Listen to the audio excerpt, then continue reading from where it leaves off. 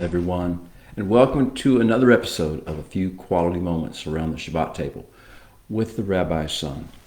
Thank you for joining me this week and letting me have a little part of your Shabbat, your Sabbath day, with you.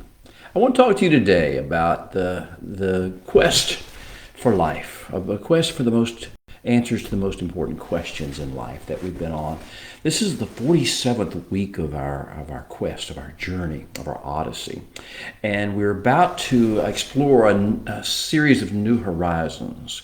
We stand at a critical crossroads, and before our eyes, two pathways are going to diverge, and they're going to take those who follow them, those who choose to follow one versus the other, in very different directions, past very different landmarks and circumstances and situations, to very different destinations. So welcome to the week number 47 of our quest, Parsha number 47 of the Torah, Re'eh, behold. We stand at a crossroads. This is the word that we began this parsha with in Hebrew. The text, original text, this is kind of a declaration by Moshe, who's writing this magnum opus in his last 36 days of life, his last opportunities to touch the world with the things that the Holy One has showed him over his walk with him. His word is a devar, part of his devarim discourse. And this is the second of the major discourses, the biggest one on the plain. This is the download of the kingdom vision. And it began back in a few chapters ago. It's going to continue for several more chapters, two more parshas at least. And so the word with which he begins is Re'eh. And this is one of those powerful words of heaven. It means behold, open your eyes and look. Mira in Spanish. But there's so many ways to wait a minute, there's something more than you're seeing. But you're going to have to expand your vision. You're going to focus upon what you need to focus upon. Behold, look, observe, discern, pay heed, take note, and learn. We are about to elevate. We're about to get some perspective. We're about to be able to see what's happening in the future around us, in the present to the future, and how we can get to the future we want to have based on what we can see right now. I call this Moshe's great diverging pathways vision. A diverging pathways vision. Imagine yourself walking in a woodland area, maybe by a lake, and suddenly before you get to the waterway, you see the pathways before you diverge. And one pathway goes off to the right, a different pathway goes off to the left. Now you can imagine perhaps what Yeshua, the master, talked about, the master rabbi talked about when he said the broad path and the narrow path. But imagine these two paths spread out before you. And this is your life, and you could take either direction, you could take either pathway, but you somehow feel drawn in your spirit to one, and in your flesh and your pseudo-intellect perhaps to another. Which one will you take? Which of these diverging pathways will be your pathway? What will be the signpost and the landmarks you pass? What will be the circumstances, situations, and terrain that you encounter? What will be the destination of those? It's all depending upon what decisions you make in this critical crossroads moment. So this is Moshe's great diverging pathways vision. He's going to build upon it in the next few weeks. He's going to build a kingdom vision of what a kingdom of heaven-scented society would look like upon the earth, is supposed to look like on the earth, is going to look like upon the earth whenever someone takes the right path, a series of people and a group, a nation, and converts take the right path and go the right way, the way the Spirit is calling. This great diverging pathways vision will expand in numerous ways, and there will be infrastructure in Parsha next week. In Parsha Shoftim, we'll see all sorts of different kinds of infrastructure begin to be building, and then we're going to see how it's going to spread its way out into 70 to 700 different ways of differentiating between the pathway that we need to choose: the pathway of the bridegroom king, and the pathway of the kingdom of heaven in society, as opposed to the pathway of the runaway bride, of the nations that rage, of the people of folly and vanity. So we're here at this issue of diverging pathways. Can you imagine your life right now? You could go one of two ways. One of two major ways, and your flesh is probably, and your pseudo-intellect and what the news is telling you and what your peeps are telling you, as it were, and what your talking heads of society are telling you on one way, but then you feel this strong pull and this whispers of the Spirit of the living God on the other side saying, no, there's a higher way, there's a high road. That means you do not need to take that low road that the flesh and the pseudo-intellect and the talking heads of your society and your culture are trying to take you down. So this is our critical crossroads moment. Are you ready for that? Take a moment as we sit around the Shabbat table and ponder, will I take the high road or will I take the low road? Will I lead my family and my children and those who come after me and watch what I'm doing? Will I lead them on the high road, or will I stumble before them like blind, leading the blind on the low road? Will I just fit into the rest of the way the nations and the world and peoples that imagine a vain thing act and talk and speak and behave? Or will I elevate? Will I present the kingdom of heaven as it's designed to be, as it's meant to be? So I call this the crow's nest season.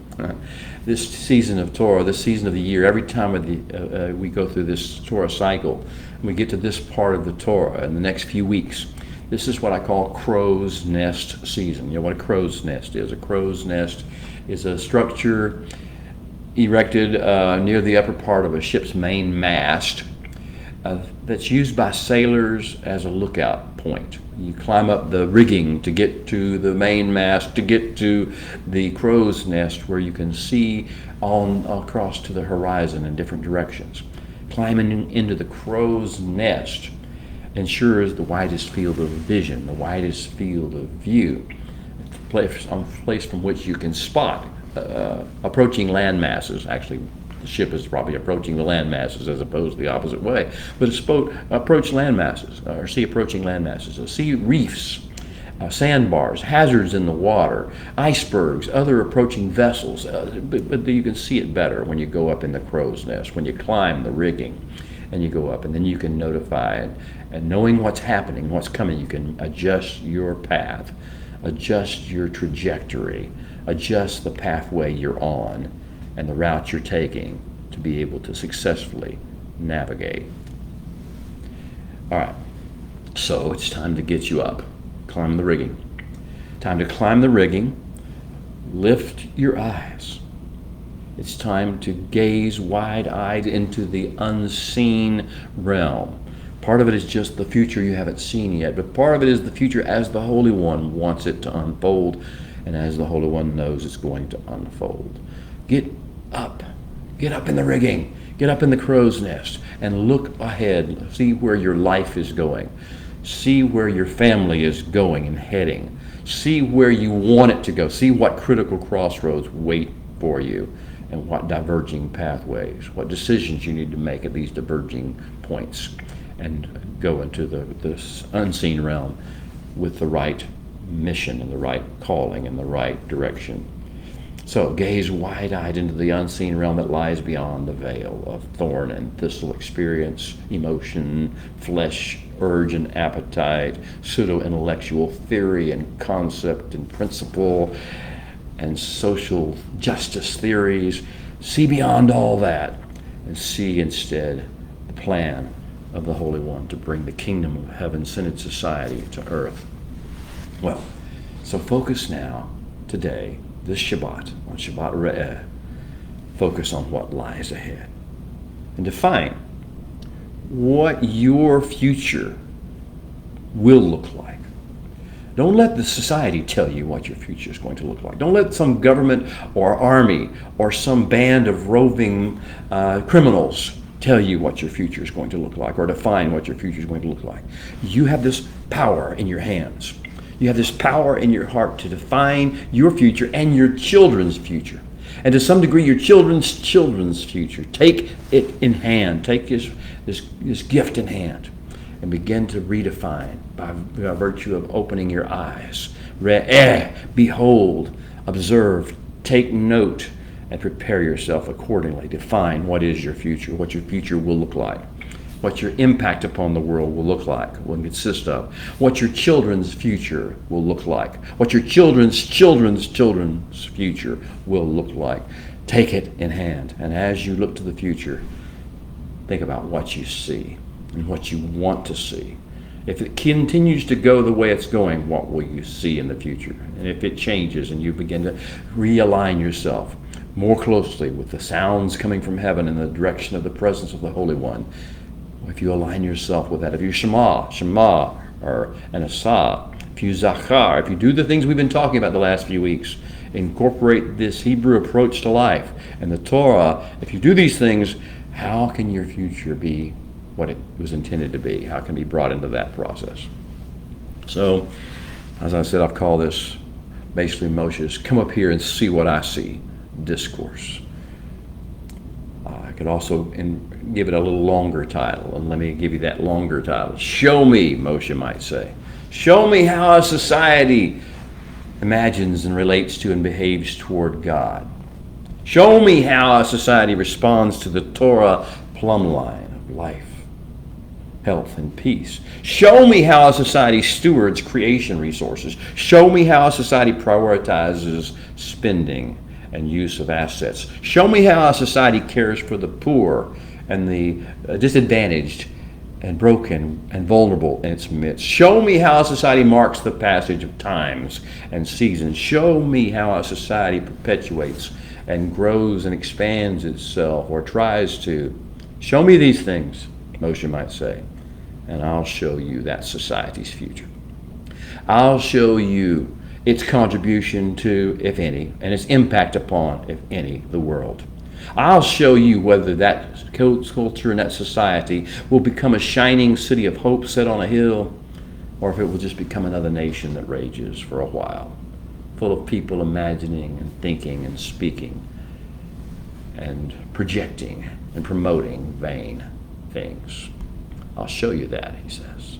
Now, so here we are. I hope you're feeling it. Hope you're sensing it, that right now your life is at a crossroads. My life is at a crossroads. The societies are at a crossroads. Nations are at a crossroads. Creation is at a crossroads. Which way will we go? And how much influence will we have? Pathways are diverging before us. And the pathways that are diverging before us are going to lead whoever travels on them past different landmarks, increasingly different as they go along. And they're going to lead them to different destinations. One will take them to the city of the great King and to the glorious kingdom of heaven, centered society on earth. And the other road, the other pathway, all other pathways will take them to something destructive, damaging, just another Ra, Shakat, and Hamas. Evil, corruption, and violence and cruelty obsessed people groups. So pathways are going to diverge, and in that context of pathways diverging, the God paradigms of the people are going to change. You have to choose a God paradigm, and choose with your God paradigm how you think about the Creator of the universe, how you think about Him, how you relate to Him. This is a God paradigm, as I call it. Prevailing God paradigms are about to diverge. You're going to have to choose one or the other. And with those God paradigms, each one has associated ideas about the purpose for which we as human beings were created. As the pathways diverge before us, our God paradigms will come out. We'll find out what we really think about the Creator of the universe, or what we think about supernatural things, or what we think about spiritual realms. We'll think about those. They'll be revealed very clearly about what happens when the pathways diverge. Well, the second discourse on the plain of Moshe is reaching its midpoint. And boy, is Moshe is about to kick it into high gear.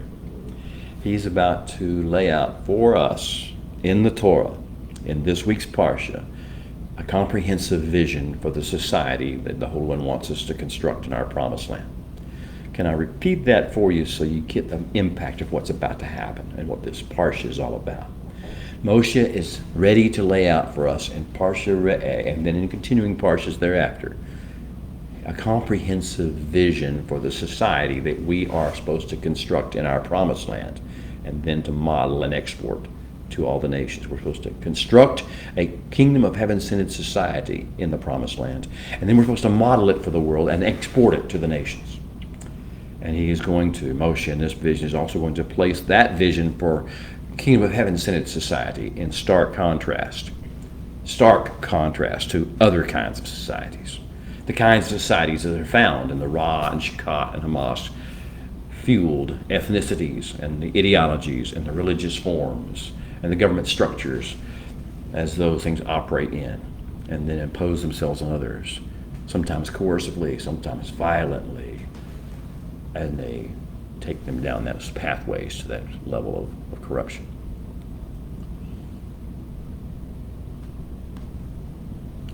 Now,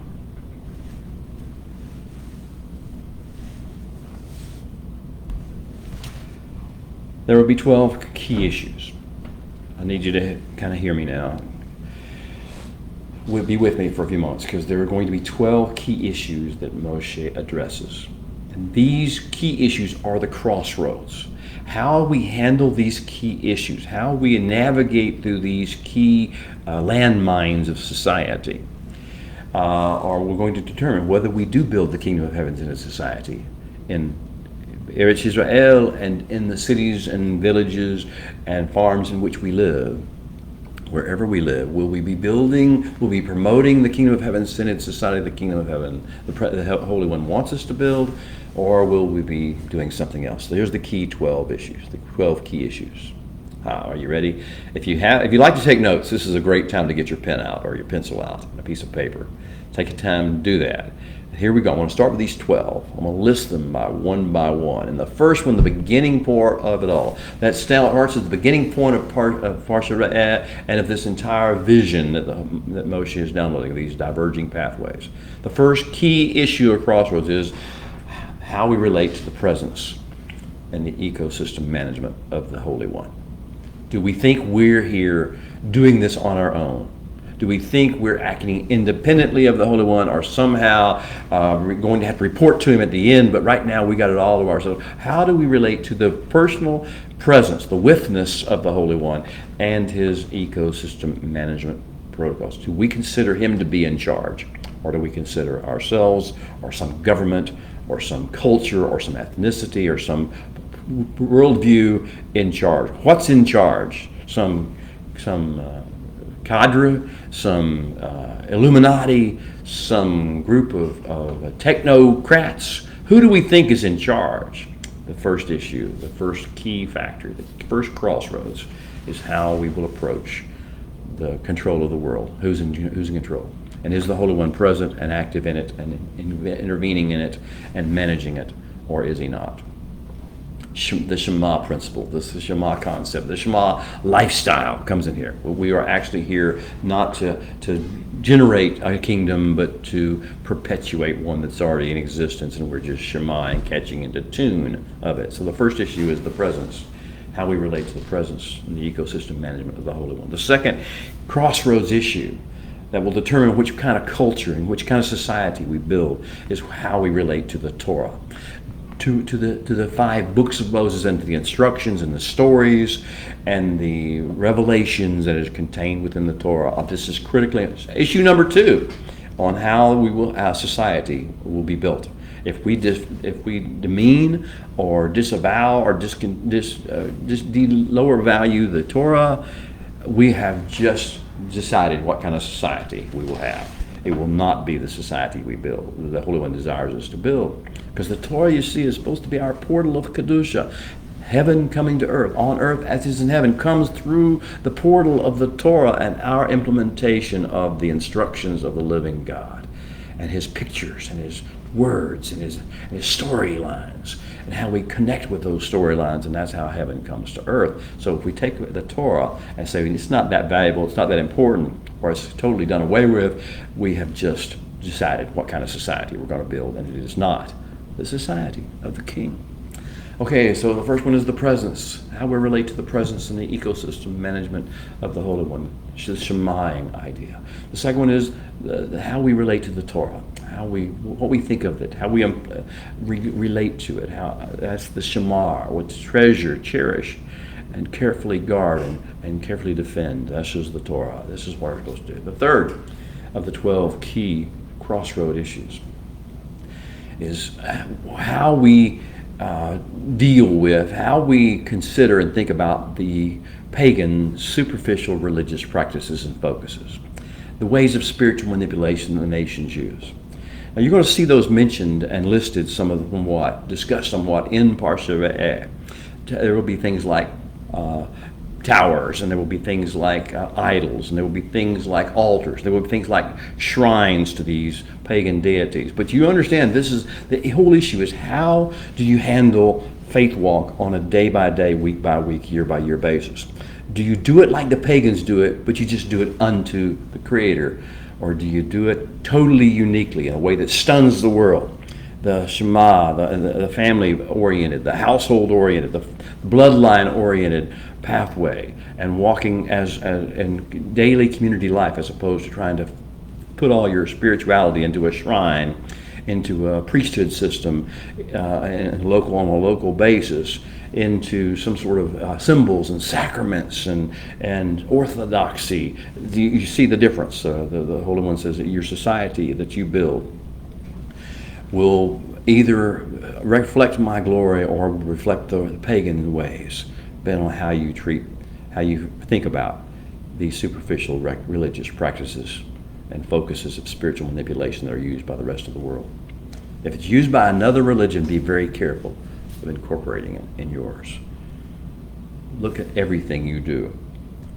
Look carefully at everything that you have come by habit or by tradition to use. Look at everything and say, is this in the Torah? Is this what the Holy One told us to do?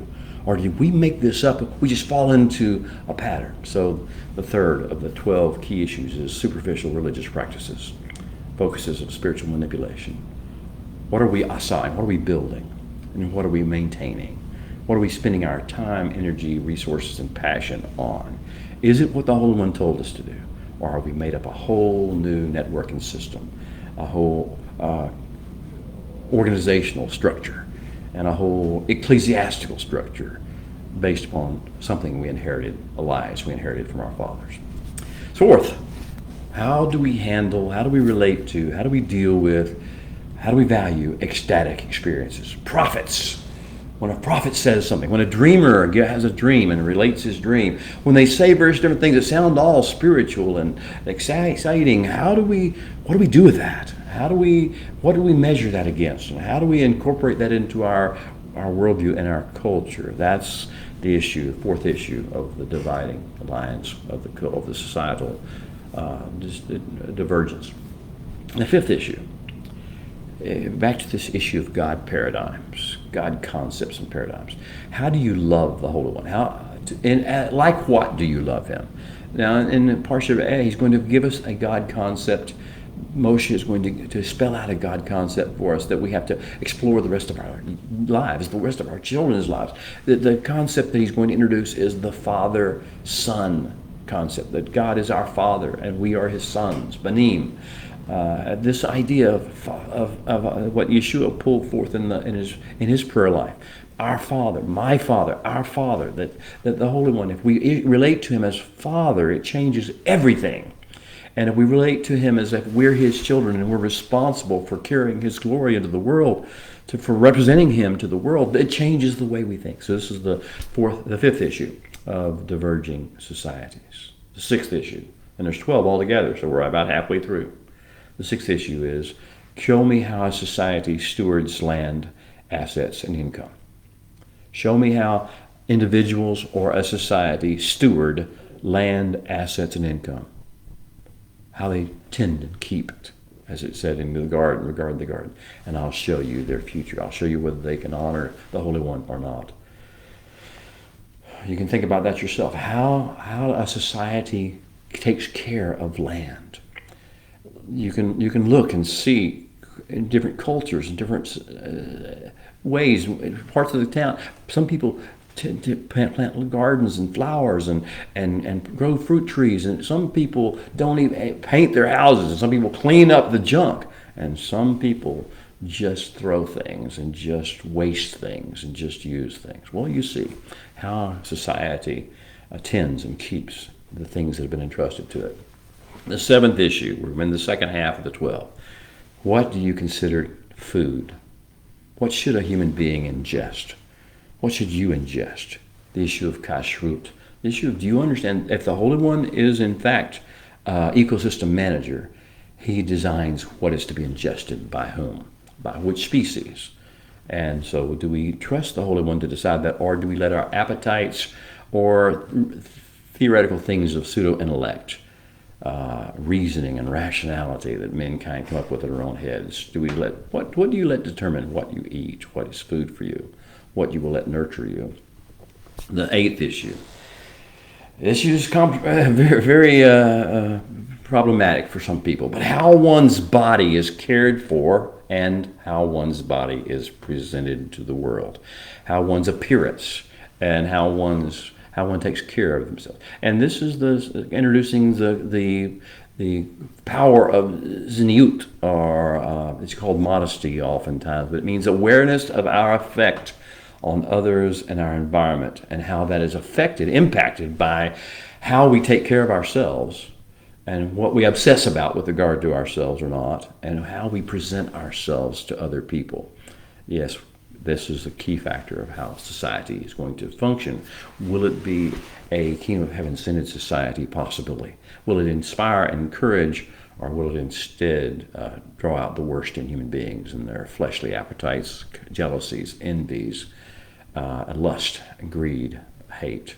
Okay, so that's the eighth. The ninth one is a determination factor, the critical diverging pathways factor, is how a society, how individuals and a society will care for the poor and the vulnerable in their midst. Not across the world somewhere in some foreign country that we've never seen before or only heard about through television or internet, but the poor in their neighborhood, the poor in their community, the poor that they know down the street, the poor and the vulnerable, the widow, the fatherless, the foreigner, the stranger who comes lawfully into your area to seek out the kingdom of heaven. These are the ones that we are to care for, and poor. And how you care for them will determine whether your society is a kingdom of heaven centered society or not. That's 9 out of 12. Here's the 10th. How you respond to the gift of ability to recreate. Fruitfulness empowerment, I call it. When the Holy One first spoke to man, he said, be fruitful and multiply. This fruitfulness empowerment, how does the society, how do individuals within the society value that fruitfulness empowerment? Now, you see in America and Western culture in general, we see none. As a matter of fact, they want to stop the fruitfulness empowerment. They hate the fruitfulness empowerment. They want to abort it. They want to prevent it. They don't have any urge to do what the Holy One empowered us and called us to do, which is to bring forth life, recreate the human species upon the earth. So, how does a culture, how does a society that you're building going to respond to this fruitfulness empowerment? Will there be birth celebrations, the celebration of pregnancy, the celebration of conception, a firstborn protocol, celebration of the firstborn? Will this lust, this joy, this enthusiasm for life, will Hayah rule in the kingdom? Or will it be about death and just don't interfere with my life? Don't interfere with my way, with my pleasure, with my future. That's the issue. That's the 10th of the 12 critical issues of divergence. The 11th is how will the society mark the usage of time and season? Moedim, the Moed, the Shabbats, the different seasons of the year, the harvest seasons of the year. How will they relate? How will the society relate to the times of intense productivity and the times of preparation for the next year, times of restoration for the earth? How will we mark and use time? What days, what seasons will we consider holy or special?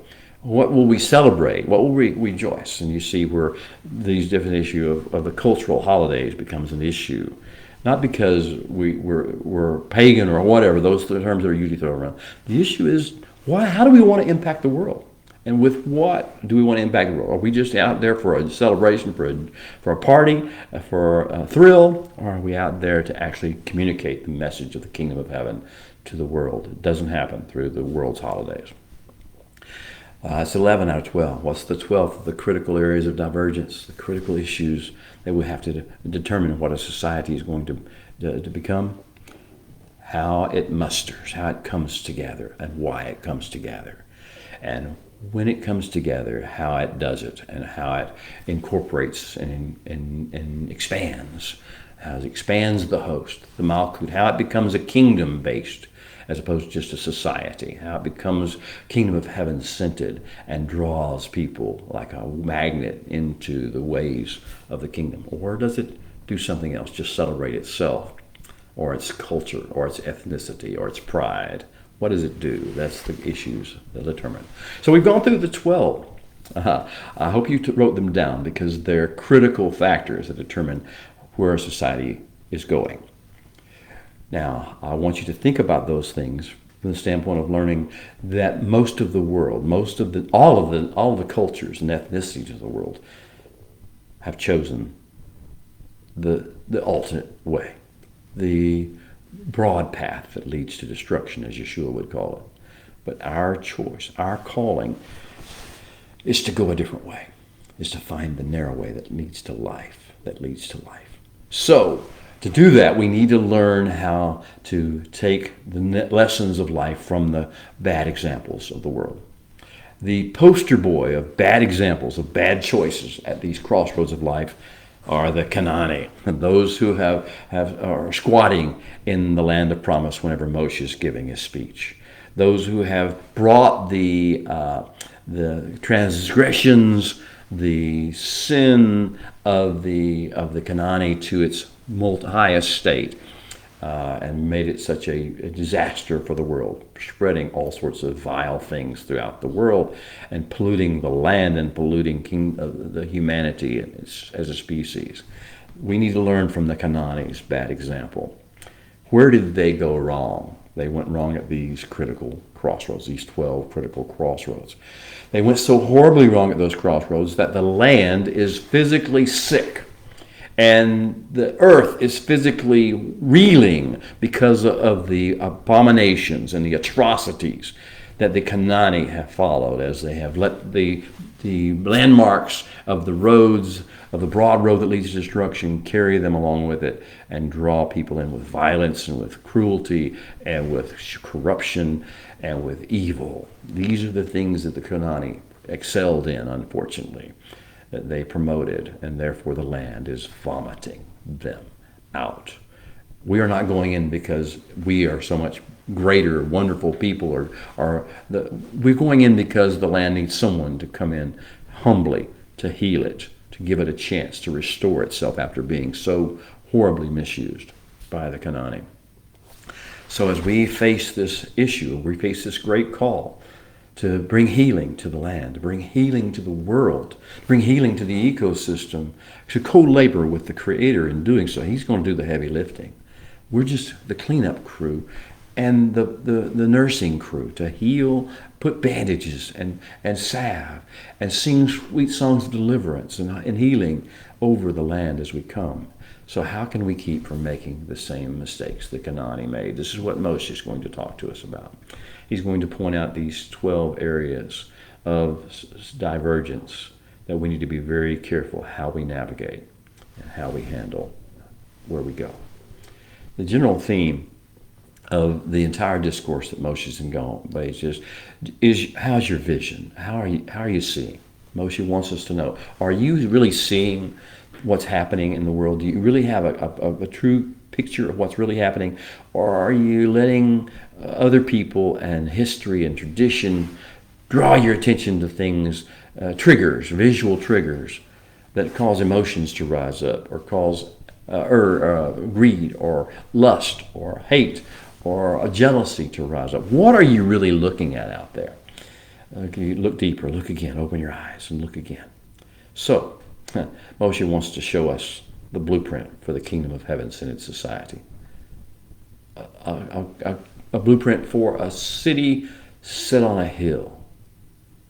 A blueprint for a culture that works with the Holy One to bring healing to creation, the ecosystem.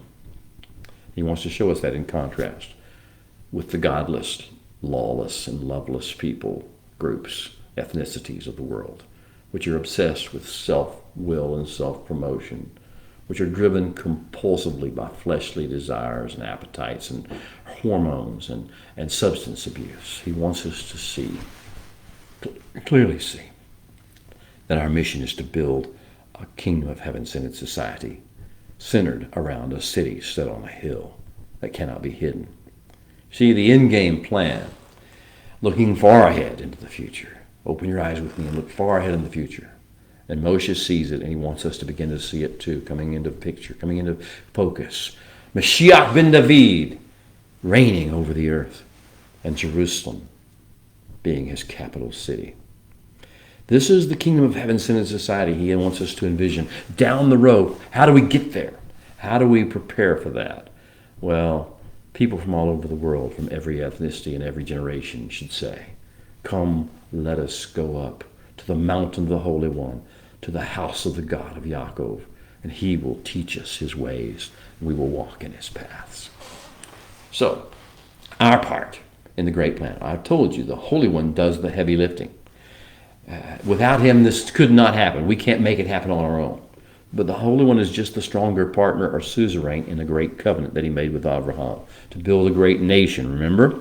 And to be a blessing to every household, every family on the face of the earth. Remember, he's the stronger partner, but we are the vassals. We are those who come along and do his will and be his crew. So the Holy One has committed to do all the heavy lifting that is required to redeem mankind as a species and to restore the creation ecosystem to its original intended state of beauty, fruitfulness, and shalom. But what is our job? As his covenant partners, as his Am Segillah, his model snow globe nation, as his Mamlaket Kohanim, as his royal ambassadors to the other nations and peoples of the world, as his Goy Kadosh, as his example of a fountain of holiness to come into the world, of Kedusha, energy to come into the world from heaven. As that, we have an important supporting role to play. We aren't just spectators. We aren't just third-party beneficiaries. We are supposed to model the way of blessedness. That's what we're supposed to do in the world. As we model the way of blessedness to the world, we show his will, his ways. We introduce light to the nations. Light to the nations. They need it. We introduce salt to the earth. So there's the light to the nations is what we do with regard to the peoples of the world. Salt to the earth is what we do to the creation ecosystem. We're supposed to become like salt to it. All right. In order to model the way of blessedness, we have to stay connected to the source of the blessedness. And in order to model the way of blessedness, we have to keep the supply line of blessedness open. The source that we're talking about is none other than HaKadosh Baruch Hu, the Holy One, blessed is he, as the persona in charge, the ecosystem manager. But then the supply line, we'll talk about the source and the supply line. What's the supply line we use to do these things? The supply line is his creator speak. The Torah, with all of its mitzvot, its Torot, its Davarim, its Mishpatim, its Moadim, its Mashalim, its Edut, it's all the different varieties of creator speak and weights of creator speak. It's Hagodot, it's Takakot, it's Halmot, it's Chezim, it's visions, it's dreams, it's Halmot, it's Hukim, it's Pekudim, it's Darakim, all these different varieties. We need to be expert in using these tools of creator speak to become, which are the supply line through which the kingdom of heaven's blessedness comes to earth. So the central theme of Parsha Re'eh is, oh, say, can you see, beloved? Oh, say, can you see Jerusalem arising? The kingdom of heaven sent in society coming into play, where the tribes go up, the tribes of the Holy One, and all the nations to the testimony of Israel, to give thanks to the Holy One who made them, and to receive briefings and marching orders from him, the Holy One. Blessed be he. Well, with that in mind, that's an ambitious project we're going to talk about. And we have just a few more minutes to talk about before we get into the actual details of what he says, the words that are spoken and written in this text. Let's sing our Baruch, the blessing before reading from the Torah. Join me if you would, if you know it in Hebrew. Otherwise, just take a deep breath and lean back and let the sound of the Hebrew tongue and the words, the energy of heaven begin to flow through your airwaves. Baruch hu et Adonai Hamborak. Baruch Adonai Hamborak leolam vaed. Baruch atah Adonai Eloheinu melech haolam asher bakar banu mikol ha'amim v'natan lanu et Torato. Baruch atah Adonai noten haTorah. And now may you open our eyes, O Holy One, that we may see wondrous things in your Torah. For we are just strangers in the earth. So do not hide your instructions for living from us. And we need to get our context. And so the closing lines of Parsha Ekev, the last Parsha we studied, was an amazing promise of this co-laboring partnership, this covenant relationship, and this mutual undertaking we're doing with the Holy One. And so Moshe said in 23 through 25 of Deuteronomy, just the last passage before Re'eh begins, he said, if, when, as, im in Hebrew, if, as, and when, and to the extent you, what? Vigilantly shamar, treasure and cherish and carefully guard these mitzvot, these instructions for living with which I enjoin and challenge you today, to build them as a structure upon the earth, to love the Holy One your God, and to walk in all his ways, and to hold fast to him. Oh, all these are marvelous things. And then the Holy One, he says, if you do that, if, as and when you do that, the Holy One will drive out all these nations, the abomination peoples, the people who have taken the wrong road and obsessed over it, and will not let it go. Drive out all these nations from before you, and you will dispossess greater and mightier peoples than yourself. And he went further and said, every place the sole of your foot treads will become yours. This is the kingdom of heavens in society being built out, expanded. From the wilderness and Lebanon, from the river Euphrates, even to the western sea, the Mediterranean, will be your borders. And no man will be able to stand against you, because the Holy One will put the dread of you and the fear of you on them, and upon all the land where you tread, as he has said to you. Wow, what a promise of co-laboring, of working together with the creator of the universe to build this kingdom of heavens in a society he gave us last week. And now, this week, Parsha Re'eh, it begins with that very word, Re'eh. Behold, observe, open your eyes and pay close attention and take notes if necessary, because this is what's going to happen in the future. Re'eh! Anochi noten lefnechem hayom beracha. Behold, I appoint and set before you today bracha, a blessing, ukalala, and a curse, a sentence of public shame. I set before you one or the other. Which one are you going to choose? I set before you bracha, a blessing, a knighting elevation, a release from restrictions and limitations, a promotion. I give you this powerful gift, or whichever you can also choose. Ukalala, the issue of a sentence of public shame. It's called curse in many texts, but the idea is someone is, instead of being blessed and given authority and power and opportunity to be a light, be called, done away with and put aside. Think of Joseph as he was treated in Egypt. On one hand, he was given a kalala, he was put in prison. He was shamed as a rapist and as a molester and as an arrogant person of Hebrew descent.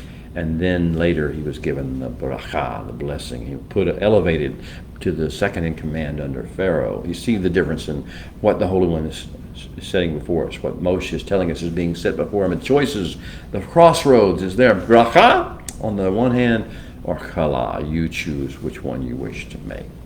So he's going to tell us about what the bracha and what the kalala consists of. He says, Et ha-bracha, the blessing will come, asher tishmeu el mitzvot Adonai Elohechem. It will flow, the blessing will flow to you when as you shema the mitzvot, the instructions of the Holy One. Asher anochi metzaveh etchem hayom, which Moshe enjoins and challenges us that particular day. That was how the blessing comes, through shemaing the mitzvah. But he goes on. V'hachalala im lo asher tishmeu. If the curse, the sentence of shame will flow if you do not shema, if you lo shema. And you don't get in tune with and stay in tune with the words of the instructions of the Master. And what? The el mitzvot Adonai Elohim, the mitzvot, the co-laboring instructions of the Adonai your God. But instead, in addition to not shemaing those instructions, what you do is vesartem min haderek, and you turn aside from the way. You wander off. You stray from the path. If you do that, from all the things that I enjoined you this day, and what will happen is you will lalachet achare Elohim acharim asher lo yadatim.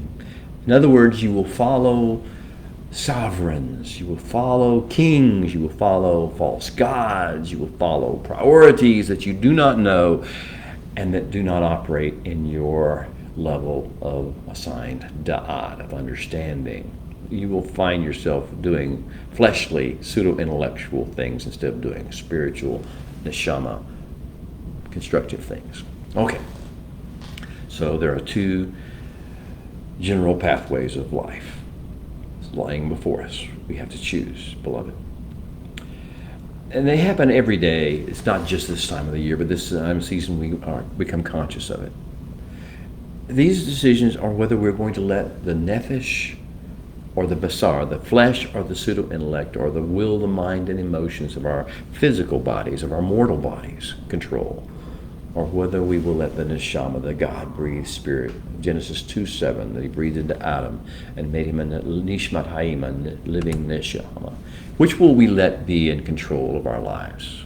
How we respond to the instructions of the Holy One will depend on whether we let our nefesh and our basar, our flesh and our pseudo-intellect, will, mind, and emotions be the determining factor and the boss of the train, or whether we let the neshama become the conductor and take charge. Well, whatever it may look like, beloved, in your natural eyesight, whatever your fleshly urges and appetites and desires may whisper to you, whatever narcissistic emotions that rise up and you scream at you, whatever you're prone to folly, pseudo-intellects and talking heads of society pontificate, there's always a soul-level crossroads choice you can make. You don't have to abide by those things. You don't have to follow those things. You're not a slave to those things. You're free to make the choice, a crossroads choice. But the choice is between the way of the barakah, the way of the blessing, and the way of the kalala, the way of the curse, the way of the shame sentence. Well, let's talk a little bit more about this looming crossroads. Path number one is if you shema the mitzvot, the instructions of the Holy One. Path number two, the runaway bride, the renegade, the prodigal, is if and when you lo shema the mitzvot. It's simple as that. How you relate to the Holy One, how you relate to his mitzvot. Now, we were designed to be a counterbalance to the world. The world has chosen its way. The nations have all chosen their way. Every ethnicity has chosen its own way. Now, none of them are the kingdom of heavens in its society way unless they are connected to the Torah, the Elohim signature. All right. Now, the areas of strategic divergence. I want to talk about a few of them before we leave you to your own discussions. The areas of strategic discussions begin with what I call go tell it on the mountain. What story are you telling? Now, this is kind of related to the offer of shalom that Yeshua told his Talmudim, his representatives, to go out and offer to the cities. Go tell it on the mountain, the offer of shalom. And much more detail will come about this and how this will take place. You'll find it in Deuteronomy 27 as well as other places throughout throughout the prophets and the writings, and also through the Brit Hadashah. But what he's going to say is draw this picture for us, that whenever we cross the Jordan River and go into this promised land where we're supposed to redeem and restore, being partners of the Holy One in so doing, as he's going about the process of healing that land from the abominations of the Canaanite. As we cross the Jordan, he says, I want you to picture these two mountains that surround Shechem, Mount Gerizim and Mount Ebal. One of the mountains, Gerizim, is naturally, it grows, everything grows, it's green, it's lush, but Mount Ebal, right next to it, right on the other side of Shechem, which is in the valley between, is bald, and for some reason nothing seems to grow there. One is fruitful, one is bald and barren. Which will you choose? And so the blessing is like Gerizim. The way of the Holy One, the way of Torah, turns into like this fruitful plain, fruitful mountainside, fruitful hill of green, lush life, and that's Gerizim, the way of the Torah. And then the other side is Ebal, and that's where the Torah is rejected, and the Holy One is not followed, and flesh and pseudo-intellect and urges and appetites and will, mind, and emotions control, as opposed to neshama. So he gives us first this great picture. Picture in your mind, what destination do you want to have?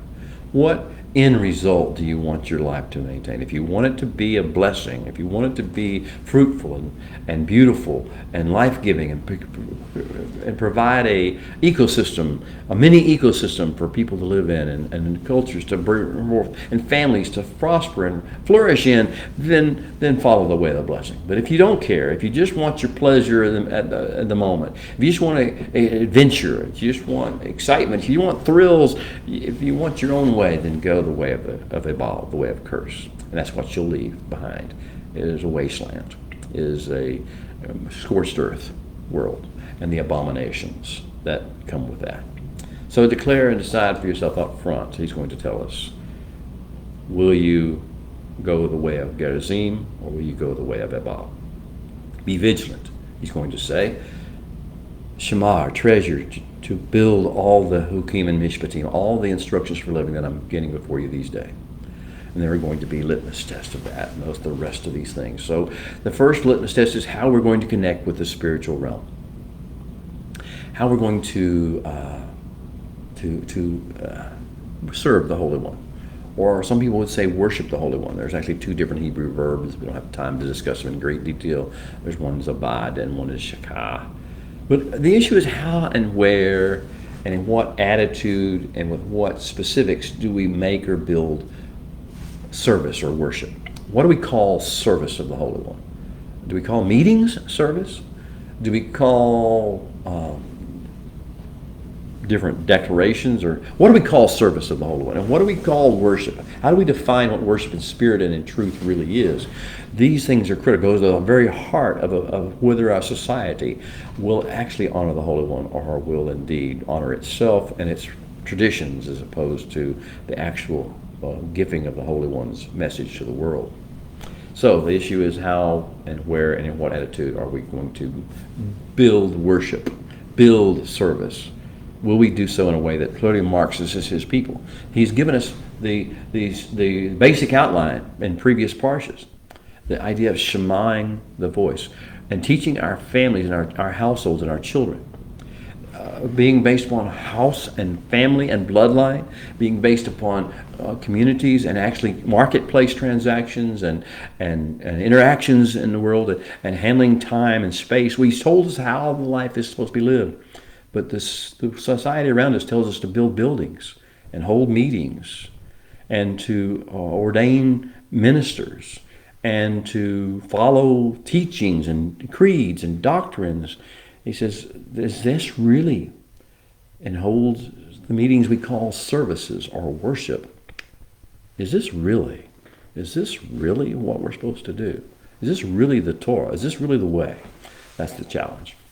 So Moshe is going to point out that the pagans erect local shrines on every hillside, under every green tree, on every hillside, we call it today every overpass, every intersection of streets, every exit ramp of a freeway, you're going to find these structures, these local shrines of mystic appeal, where they promise you these things of spirituality, but they are not what the Torah says to build. He never tells us to build these things in the Torah.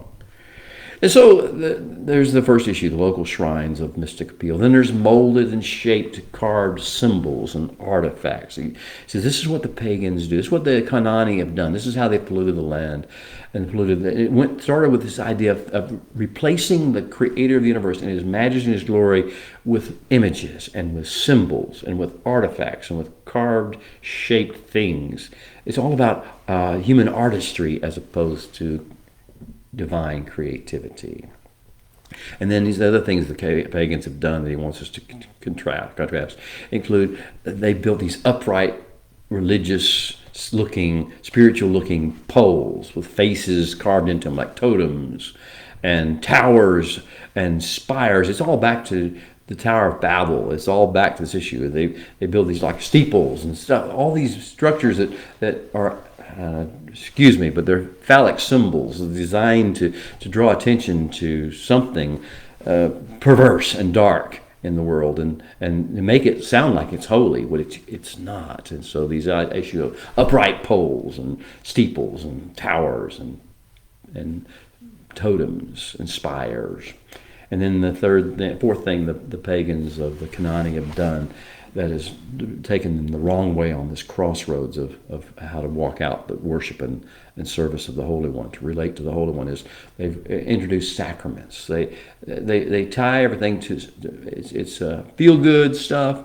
It's shortcuts, spiritual shortcuts, shallow stuff versus the deep stuff of daily interaction with the Creator, actual conversation, actual ministry unto the Holy One. We substitute sacraments for that.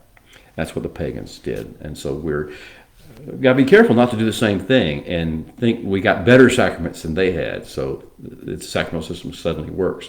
No, it doesn't. And then the next thing that the pagans of the Canaani had done that pollute the land is they have, at every of these local shrines, they have incorporated and promoted clergy class, shamans and charlatans and demagogues and wannabe spiritual prophets and priests and teachers and all these different things. So now the issue is, are we really just repeating the Canaani ways, or are we doing something unique and different that leads to the glory, all the glory to the Holy One?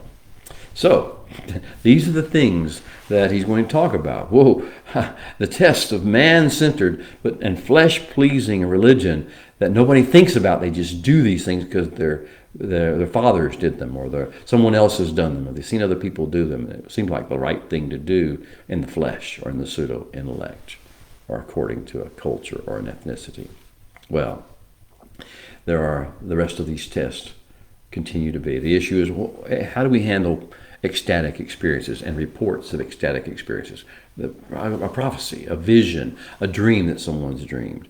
These are tests we're going to be given. NASA, oil and water tests. We're supposed to rise above this because we're supposed to be able to only accept those prophecies, those visions, those dreams that correspond with and build out the Torah and give meaning and application to the Torah. If they're inconsistent with the Torah, if they don't build upon or are built upon the foundation of the Torah, then these visions and dreams and these prophecies are just fluff, that just something to distract us, to take our minds away, to seduce us away. We must walk after and follow the Holy One, our God. He is our gold standard. And His words, His mitzvah, His mishpatim, all of His creators speak, all of His messages to us through the Torah. That is what we are to hold on to. And any prophet or any dreamer or even a brother or a wife or a friend who secretly entices us to go serve some other God because we've had this vision, or we've had this interpretation, or we've had this dream, that is where we learn to draw the line. and we don't go down the road of the Canaani. Don't agree to do that. Don't acquiesce. Don't even give ear to such a one. Don't pity them. Don't feel sorry for them. Don't try to cover up for them because of their folly. Such a one must not be allowed to have any influence in your society, or it will drag you, she will drag you down. Now, even if a city, if one of your cities is going that route and choosing that and promoting that way, that city cannot be allowed to have any influence. It must be under the what? The sentence of shame. Okay, so these tests of self-appointed experts and special, super spiritual people, those are the things we avoid. What's our gold standard? Torah, as it says in Parsha Re'eh. Et kol hadavar asher anoki metzave etkem oto. Whatever word or thing with kingdom weight that I have charged you with, Moshe said. Tishmeru la'asot, shamar it, treasure it, cherish it, and build it like off of a blueprint to make it come into reality in the world. Lo tosef alav velo tigra mimenu. You are not to add to it, my Torah, his Torah, and you are not to take away from it. Beware anyone who tries to improve on the Torah or bypass the perfect will and the ways of the Creator, as the Torah says. Torah is our gold standard. The Holy One will test us to see if we know that is true. And if by doing so we prove our love for the Holy One, our God, with all our heart, with all our soul, with all our strength.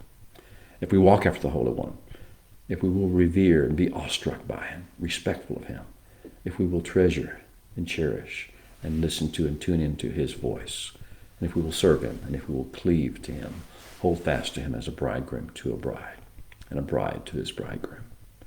So, the next issue is, the next crossroads issue is what our paradigm of God, the God persona will be.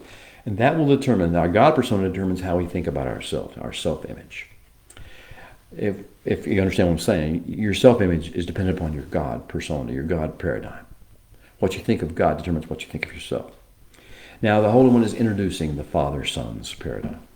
It says, you are Banim of Adonai Eloheka, Moshe says. You are Banim. You are sons. You are children of the Holy One, the Creator of the universe.